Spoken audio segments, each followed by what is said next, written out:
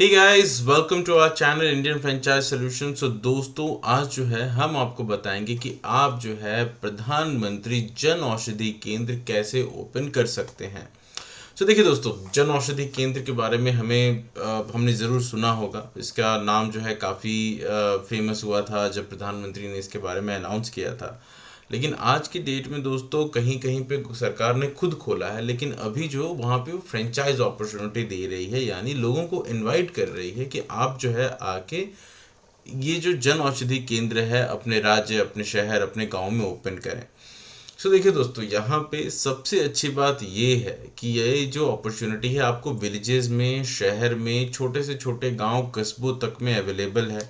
और ये कि सारा का सारा इन्फॉर्मेशन दोस्तों आपको कहीं दूर नहीं जाना है, बल्कि जो इनकी वेबसाइट है जन औषधि .gov.in, उसमें ही दोस्तों सारा इन्फॉर्मेशन है। इवन जो एप्लीकेशन प्रोसेस है वो भी आप पूरा का पूरा ऑनलाइन कंप्लीट कर सकते हैं।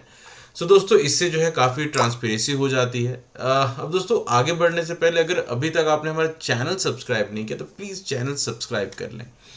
सो देखिए दोस्तों, जन औषधि केंद्र आखिर क्या है। उसमें जो है वो जेनरिक मेडिसिन मिलती हैं। अब जेनरिक मेडिसिन और आपका जो बाकी मेडिसिन मिलती हैं दोस्तों, उसमें एक ही फ़र्क है कि ये ब्रांडेड है, ये नॉन ब्रांडेड है।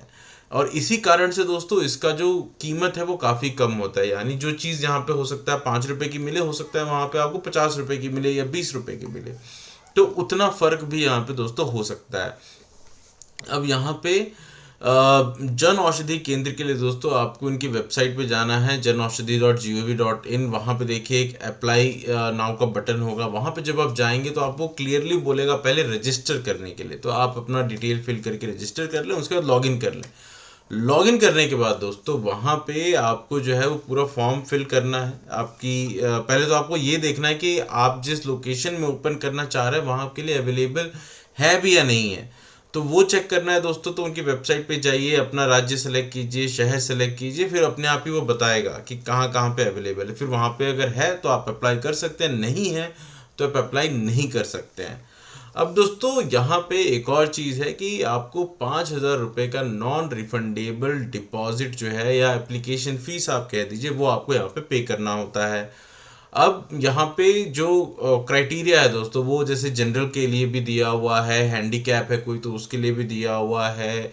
अगर कोई वोमेन कोई अगर महिला इसे ओपन करना चाहती है दोस्तों, वो भी दिया हुआ है।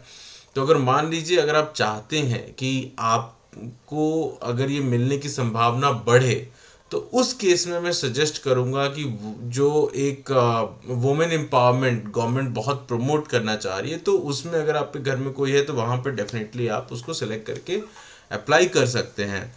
अब दोस्तों यहाँ पे खर्चा क्या है, इनकम क्या है। सो देखिए दोस्तों, अगर आप एग्जेम्प्टेड में हैं, यानी अगर आप वुमेन कैटेगरी में आते हैं, अगर आप हैंडीकैप हैं,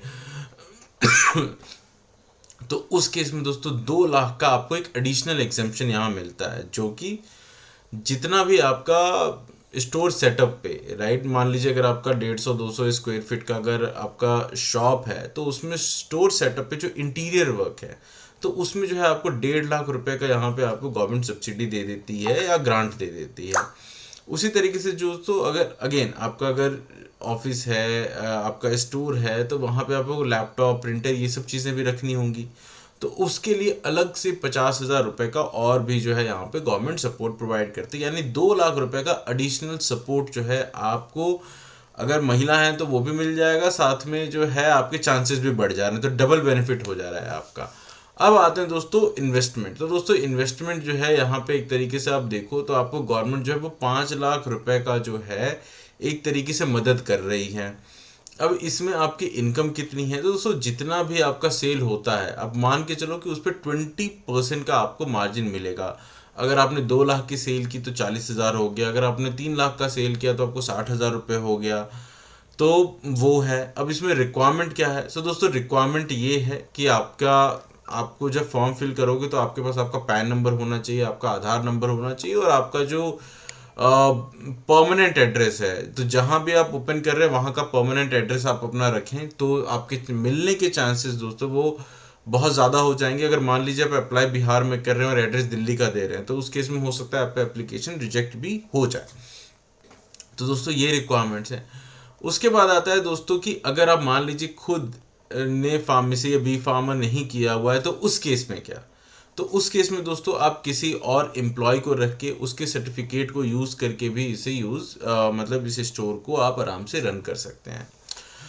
सो दोस्तों, आई होप आपको ये जानकारी बहुत पसंद आई होगी। मैं जो है इस वेबसाइट का लिंक जो है वो डिस्क्रिप्शन में भी डाल दूंगा, आप प्लीज़ उसे देखें। और अगर कोई डाउट है दोस्तों, आप प्लीज़ कमेंट ज़रूर कीजिएगा, मैं उसमें डेफिनेटली आपकी मदद करूंगा।